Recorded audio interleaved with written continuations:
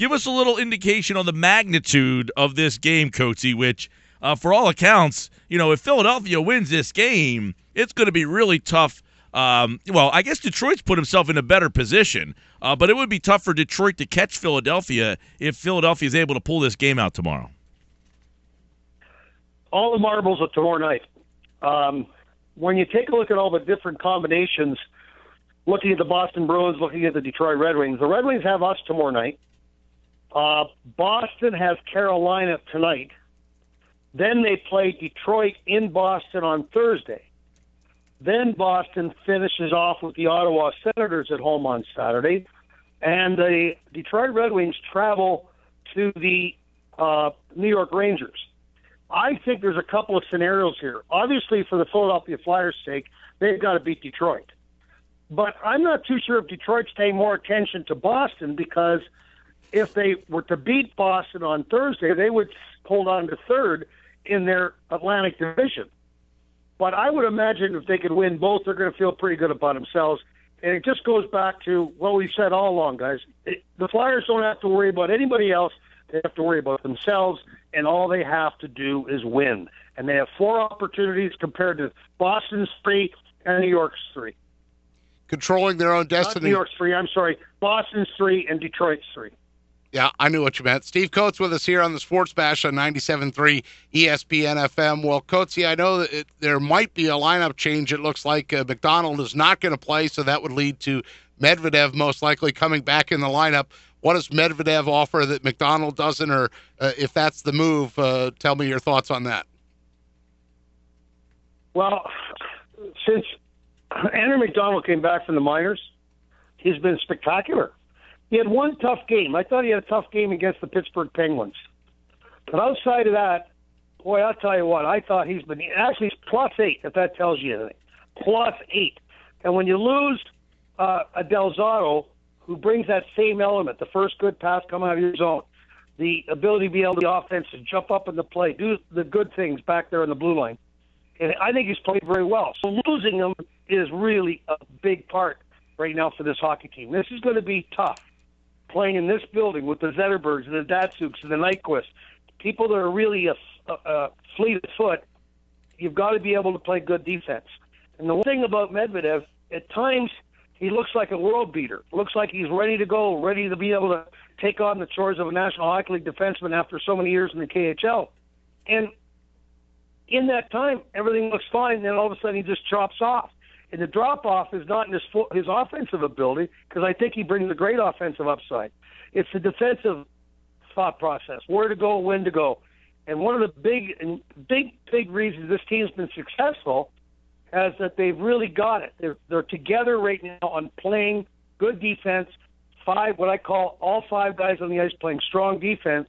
So a gentleman like Medvedev, who's coming back into the lineup after not playing for so long, it's going to be a tough transition, and hopefully he'll be able to make that transition. It'll be interesting to see if Dave Haxall plays 5 defensemen with an alternation of Medvedev in certain circumstances, but continue to just play 5, because at this time of year, you don't have to worry about fatigue. Just worry about playing and winning the games. Just over 3 weeks ago, the Flyers were in Detroit, and they won that game 4-3 and won it without Jake Voracek at that time. How are both of these teams different from that game 3 weeks ago to now? Well, you got Voracek back in the lineup, which is a real plus. We'd certainly like to see a Voracek that's running at 100% compared to about 80%. I think he's still around 80% coming off that injury. But he's working hard, and that's half the battle. And I think that the Flyers are a lot better hockey club. Obviously, their record indicates that over that time period.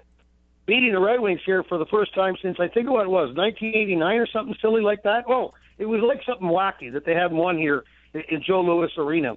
That number evades me right now. But when you take a look at the Red Wings right now, they're a team that are kind of struggling. They beat Minnesota here last Friday, went into Toronto, beat Toronto. But they're a team that's not getting the goaltending they were before. They had Mrazek hot in a firecracker. They've replaced him with the veteran Jimmy Howard now.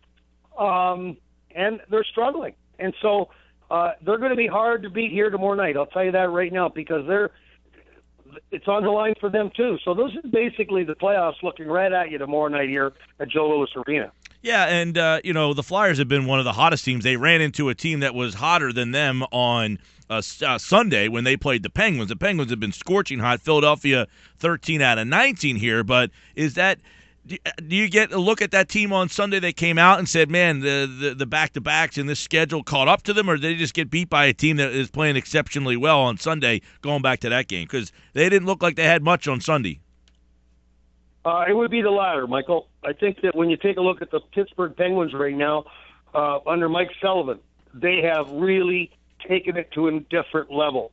Mike Johnson, the coach that was there at the beginning of the year before being let go, was more of an X and O's guy. They weren't being very creative. And you got some really good players in that team, like Crosby and Malkin, Kunitz, Kessel, guys that can put the puck in the net. You can't be so structured where you can't have people that have that type of talent to have creativity. So now they're very north-south. They're a very team. They're a team very much together, and they're a very quick team. And I think they're playing a little bit better than the Washington Capitals right now. And then all of a sudden you lose Marc-Andre Fleury. He's one of the premier goalies in the National Hockey League, and some kid named Matt Murray comes in out of nowhere, who was the best goalie last year in the American Hockey League, Rookie of the Year in the American Hockey League, and a save percentage of .940. So they don't miss a beat. So they just absolutely took it to the Flyers the other night, and that's what basically you said. They're a team that were just outclassed the Flyers, but every time the Flyers have struggled this year, and especially at this part of the year, the early part, January, February, March, and they get bounced a little bit, they bounce themselves and come back with a good effort. So I'm counting on that here tomorrow night in Detroit. Yeah, to your point, Coach, the Flyers haven't lost back-to-back regulation games in almost 2 months. You have to go all the way back to Super Bowl Sunday.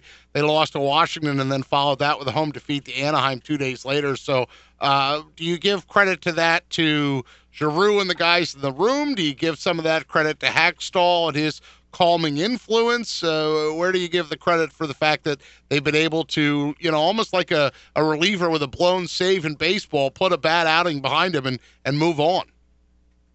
I think it's an organizational thing. I think it comes right from the top. I think that Ron Hextall's created an environment the way that his hockey team, or he wants this hockey team. I think the coach obviously has been a major part of the success of this hockey club, and those two leadership elements have dictated what this group of 20 are doing on the ice surface. I think that's basically what it's all about. I mean, this is the season's an education to get yourself better, to be better at this time of year. Is that not true what's happened to this hockey team? Yeah. This team is now very competitive as compared to it was back in October and November. So I think that it's an organizational thing, top to bottom, and it's only going to get better. But it's going to be baby steps, not big giant steps. But here it's got an opportunity to take those baby steps leading into giant steps into the playoffs. That's going to be huge. Steve Coates is with us, Flyers Radio Network. Tomorrow night, the puck drops at 8 o'clock here on 97.3 as the Flyers take on the Detroit Red Wings in just a huge game here. And, we've talked before. Do you anticipate that Mason plays the last 4 games here? I would think that tomorrow night you'll see what happens, and then Dave Hackstall will evaluate the way the game was played, how many shots he had, whether they won the game, what type of game it was. Then he'll see how quick we can get out of here, because this is an 8 o'clock game here tomorrow night on national television. So that means we're going to be a little later getting back into Philadelphia tomorrow night. Then you got the Toronto Maple Leafs then at 7 o'clock on Thursday. So he'll weigh all the different factors and all the elements involved to make that decision, and then he'll make that decision on Thursday. Very, very possibly. You've got 3 elements here. You got Anthony Stolarz, that's never played in the National Hockey League. You got Ray Emery, who they've brought in as an insurance policy. If 2 goalies go down, they don't really want to play Stolarz because that's a lot of pressure on a kid at this time of year. So you bring in Emery in case Neuwirth goes down or in case Neuwirth can't do it. And then Neuwirth has supposedly skated. You never know what's going to happen. So he might be available on Thursday, which would be a home run. Is Emery on the trip? Does he make the trip, or is he just available for like Voorhees practices at this point? Ray Emery was on the trip. Okay, very good. And then just to clarify, so tonight, well, real quick on that, though, I would assume that he would be more of a long shot to play than Stolarz, right? You never know, because Ray Emery brings you the element. He's played on a National Hockey League team. He was here last year. He's a veteran. Do you put a veteran in right now, or do you put a Stolarz in that's never played in the league? I don't know. Pittsburgh went with a 21-year-old kid the other day. He played pretty well. Yeah, but not to mention Emery was standing next to me in the bathroom yesterday, so I think that that Stolarz seems to be Emery. Oh, he was. He was standing beside you in the bathroom on Saturday. Saturday, he was up in the press. He wasn't dressed. Obviously, he was sitting up in the press box. But it makes me feel. He was dressed. He was in the bathroom. That's Mike Gill leading you down that path. I'd just like to point that out. So just to rehash, Coatsy. That's right there. just to rehash for tonight. Flyers don't play tonight, but if you're a Flyers fan, keep an eye on the Bruins-Carolina game. Root for the Hurricanes. Keep an eye on the Islanders-Washington game. Obviously rooting for Washington, which is weird to say, but that's what you'd be looking for as a Flyers fan. That's correct. Yeah, well, PT running down the list of all these scenarios tonight. Let me ask you about this scenario then. You know, they play tonight. If they win tonight, is tomorrow the game that another goalie would play then? Would you feel, because, you know, it's a late night, Toronto is, the worst team in the league. If a win tonight tomorrow night. They play tomorrow night. Well, tomorrow night. Yeah. If they win tomorrow night, is that game against Toronto the one that you would say, let's try to sneak someone in and play goal? Or at this point, can you not think like that?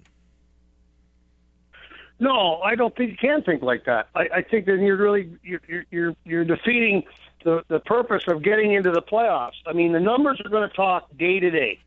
We're going to talk. If the Flyers were fortunate enough to be able to win here tomorrow night, that's they go 2 points ahead of the Red Wings, where the Flyers have 3 games to play and the Red Wings only 2, and they got to go into Boston. On top of that, they would be 3 points ahead of the Boston Bruins. We're completely out of the playoffs right now, not even the hunt, because Detroit went by them in the Atlantic Division.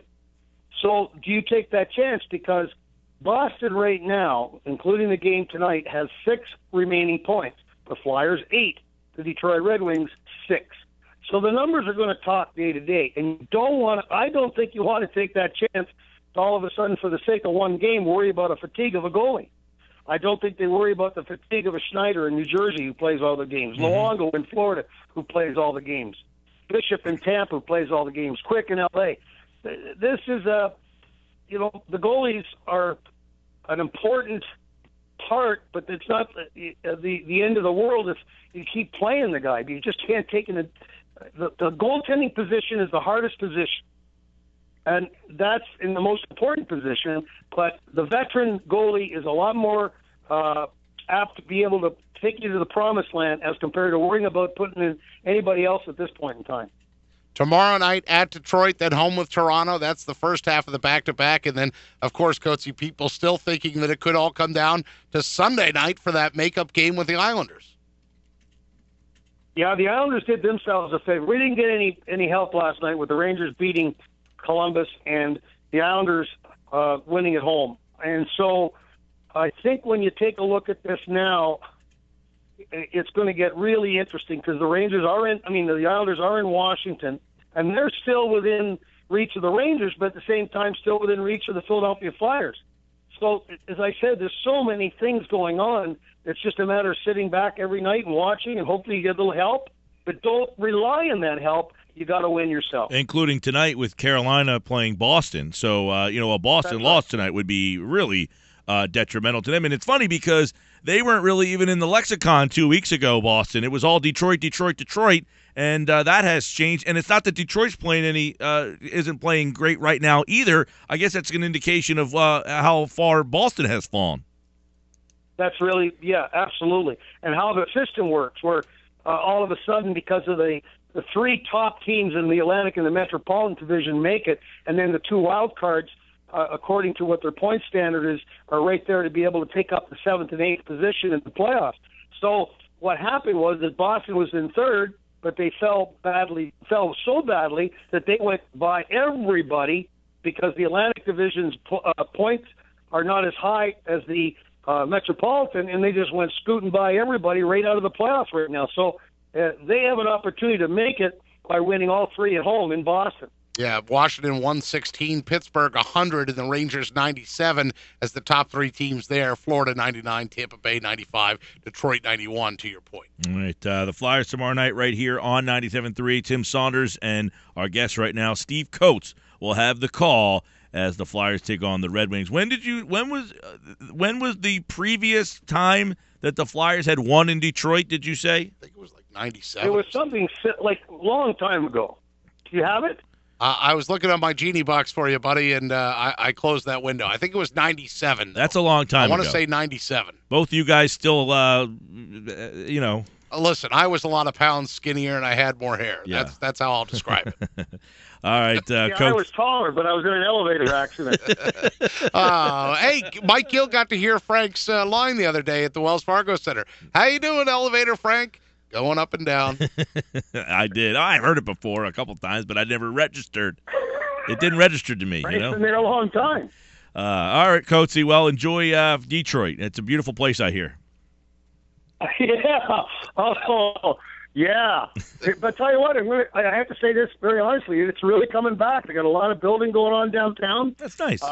And they're resurrecting this place. This was quite a place years and years ago, and they're back at it building, and that's good for this city because they're building a brand new building they're going to have in 2 years. Oh, cool. Everybody's going to be paying attention to tomorrow night, and of course Thursday, and most likely Saturday and Sunday too, because I got a feeling this might be coming down to the wire. So a busy week here ahead for the Philadelphia Flyers starting tomorrow night here on 97.3. Thanks, Coatsy.